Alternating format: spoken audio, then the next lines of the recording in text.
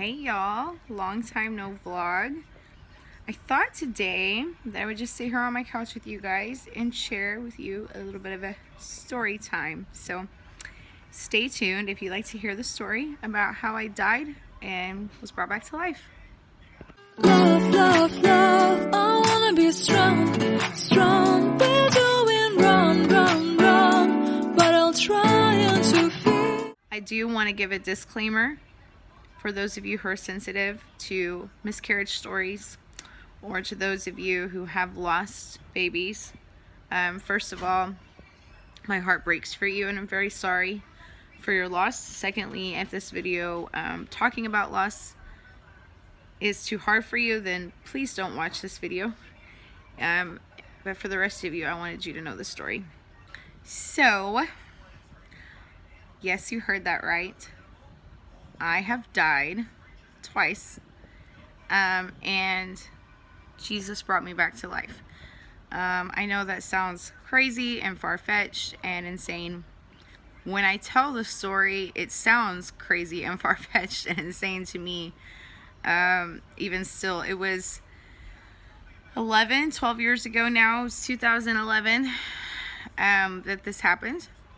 And so, yeah, it sounds nuts to me, but I was there. It was real. There's medical documents to prove it.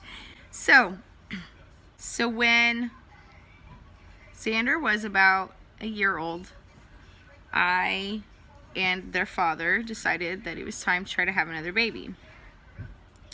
And so that's what we did. We got pregnant with, this would have been baby number 3. And it was a little girl, we found out later. And I decided to name her Presley Jackson. Fender now has her middle name spelled differently.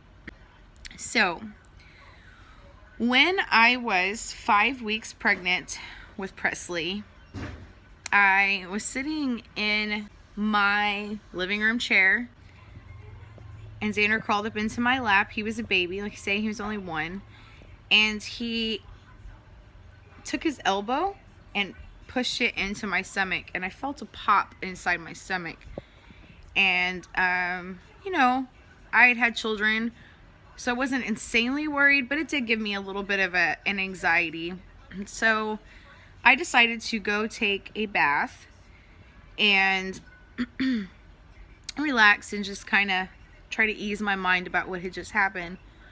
When I got into the bath, I noticed a string of blood come out. So I screamed for my husband at the time, and I said, "Get up here." I was upstairs, and he said, "Oh, I wouldn't worry about it. You know, you're not bleeding. It's just a little string of blood. I wouldn't worry about it." And I agreed. And so I just decided to pray and not worry about it. Well, probably about 30 minutes later, I started experiencing a little bit of light cramping. Not what most would describe as a miscarriage feeling at all. You know, I've always heard horror stories that up until that point, I had heard horror stories that it was just the most excruciating pain a woman could go through, or likened to childbirth. Well, considering I'd already been through childbirth twice, that's what I was expecting. You know, you worry when you're feeling that kind of pain. And I didn't really have a lot of pain. I just felt a light cramping. Kind of like, for those of you mamas, the kind of cramping that you have around the time of implantation, I would say. So now, I had not seen a doctor yet at this point in my pregnancy. I had it confirmed by my home pregnancy test, and I was waiting. I had set up my appointment, but I was waiting to get in with the doctor, so I had yet to see a doctor at this point that this happened. So, about the time that I'm experiencing the cramping, I decided to use the restroom and to check to see if the bleeding had gotten any heavier. And that's when I saw it. We were 5 weeks along. There's no need to go into detail. Those of you who have experienced loss, you know exactly what I'm talking about.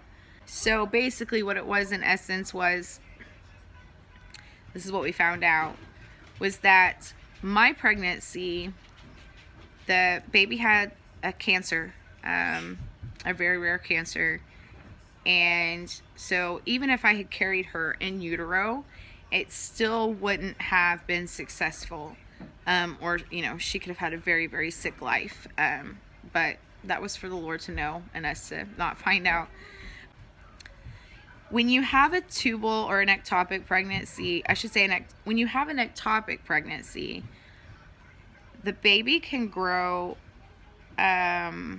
outside of the uterus, in essence. Now, in some cases, it doesn't ever get a chance to form to actually be a baby. It's just the cells, they start to grow outside of the uterus. They can grow in the fallopian tube. I've heard of women having this in their stomach, in their stomach lining. I mean, all kinds of crazy things. You can do your research. So in my case, what had happened was the baby was growing in two places. They didn't really give me a lot of explanation on that, but she was not just growing outside of the uterus, but she was growing inside the uterus as well. And so in essence, what happens is my body continued to feed her. During a tubal, normally the body will reject the baby, or during an ectopic of another kind, the body will reject the baby. Realize it's not a pregnancy. But in my case, my body kept feeding the baby. And so she continued to grow, not necessarily continued to form as a baby, but the mass and the cells continued to grow and to grow and to grow and to grow. I see my puppy decided to join us. And so when that happened, it caused my fallopian tube to rupture. So part of what I saw come out was the placenta, which was in the uterus, and then there was cysts and some things on the ovary that came out with it as well. They didn't actually find the fetal tissue until my surgery. So what happened? So unbeknownst to me, I had no idea what was going on with me. I thought I had a normal miscarriage. I'd never had one before, and so what I saw made me think I was having a miscarriage. So I immediately called my doctor, who dismissed me at the time and said, well, you've had healthy babies, and honestly, it's so early. We'll keep your appointment next week. You'll come in, and when we, do that, we'll see if you need a D&C. We'll see what you need. But right now, we're not worried. So that's what I did. I waited for my appointment. Well, in that week, I began to get very, very sick. I started throwing up, and my stomach just kept getting bigger, which honestly gave me some false hope. I began to believe God that maybe I had not experienced a miscarriage at all, and that maybe my baby was still growing inside of me. I've heard stories that that's happened where a woman's thought she had a miscarriage and come to find out she hadn't. So that's what I believed was happening. So I go to my appointment, and it was a strategic plan of the enemy to just set me up for even more fear and failure. Because they confirmed that I had not lost the baby. My hormone levels were great. They said everything was great. So I went home believing everything was a-okay and fantastic with me and my baby. This went on for about 4 weeks as I began to get sicker and sicker, and my stomach began to swell bigger and bigger. I started puking.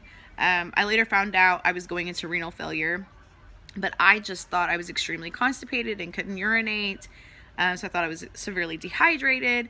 I didn't know exactly what was going on until the hospital told me. So on the night that I died, that day I had been experiencing a lot of dizziness. I was in and out. I was, blacking out. I was really lethargic. I could hardly move, that kind of thing.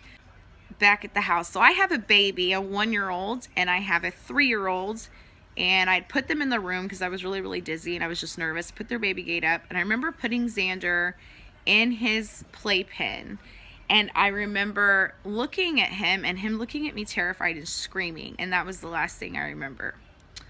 I woke up to my daughter standing over me with my husband at the time, and him screaming, how did she know to call me? How did she know to call me? It was miraculous. I have no idea how my 3-year-old knew to call her dad, but she knew to call him, and he came home. And I thought, well, I passed out. That's crazy. I'm passing out now. So he begged and begged for me to go to the hospital. I've had bad experiences with past stories that happened before this with hospitals. And so I didn't want to go, and I kept resisting, and I kept just, no, you don't understand. I've been standing on faith. I'm fine. Me and the baby are fine. I had been quoting scriptures, like I said, for 4 weeks. I had been walking the floor, pacing the floor, believing God that this miracle was going to happen and that I was going to have a healthy baby. So I fought with him probably for a few more hours, and then I was laying on the couch, and I went to stand up, and I got really dizzy again. So he followed me to our staircase, and he said, where are you going? I said, I'm going upstairs. I need to take a bath. And as I went upstairs, I collapsed in his arms, and he said within seconds I had turned from a normal color to a gray. Within seconds, to a gray in his arms. He couldn't find a pulse. He couldn't find a heartbeat. He's shaking me. He's screaming. And out of nowhere, I just wake up. And so he drags me upstairs, and he says, you've got to go to the hospital. And I'm punching him and fighting him and screaming. I was acting like a lunatic, y'all. I am not going to the hospital. You can't make me go. I'm standing on faith. This is one of those times where you see the crazy faith people who won't go to the doctor. This was me. This was me in that time. But I had been standing, and I had hope, and that's the only thing I can say. And so I went upstairs. I went to get in the bath, and when I did, I fell and collapsed to the floor. This is where things got real. Everyone likes to ask me, did you see a white light? Was there a tunnel? Did you see Jesus? Did you hear Jesus? I am not here to deny that those stories have happened with other people, but that was not my experience. My experience was somewhat different. You have to understand, by this point, my abdomen is I look like I'm 8 months pregnant. And I am in horrible pain. I've been in horrible pain. I'm skipping a lot of the details of, what transpired in that 4 weeks of believing everything was okay, waiting for my next doctor's appointment. Because the reason I missed one of those appointments was my doctor was saying, well, while you're puking, you must have the stomach flu. So while you're puking and stuff, I can't let you keep your appointment. Wait till you're better and come back. So I'd missed an appointment, which if I had went to that appointment, they would have known it was an ectopic pregnancy and probably could have saved my life a lot faster, but that's okay. I've learned to forgive their mistake with that. But so I'm sitting in my bathroom. I remember drawing the bath water and getting ready to get in the bathtub, and that's when I collapsed. The next thing I remember, this is going to sound crazy. This was my experience. I don't know. I still wrestle with God on what it meant, what was happening to me. I don't know. But I'm sharing it with you in case maybe somebody's had a similar experience, and to show that the power of God really is real. But in my experience, what happened was I started seeing utter darkness. Like I was falling, almost like I was falling into like a black hole. That sounds terrifying to my natural mind, but in the moment, I assure you it was not scary at all. It was comforting to me, because in my body there was nothing but pain and anguish, and it hurt so bad. But as I was falling, I felt comfort. I felt light as a feather. I felt like I could slowly, like I was losing consciousness in a way. Like I was going down this hole, like think of Alice in Wonderland, if you will, but not scary. And I'm going down this hole, and the further and further and further I fall, the darker and darker it becomes, and the darkness is wrapping over me like a blanket, and it's thick, but it's not scary, it's comforting.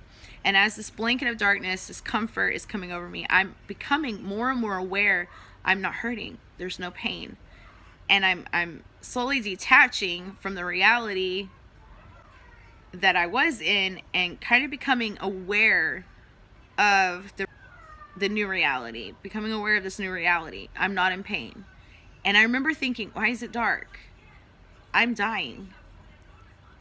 And the next thing I remember was a jolt back into my body. The Bible tells us that we are spirits who live in a body.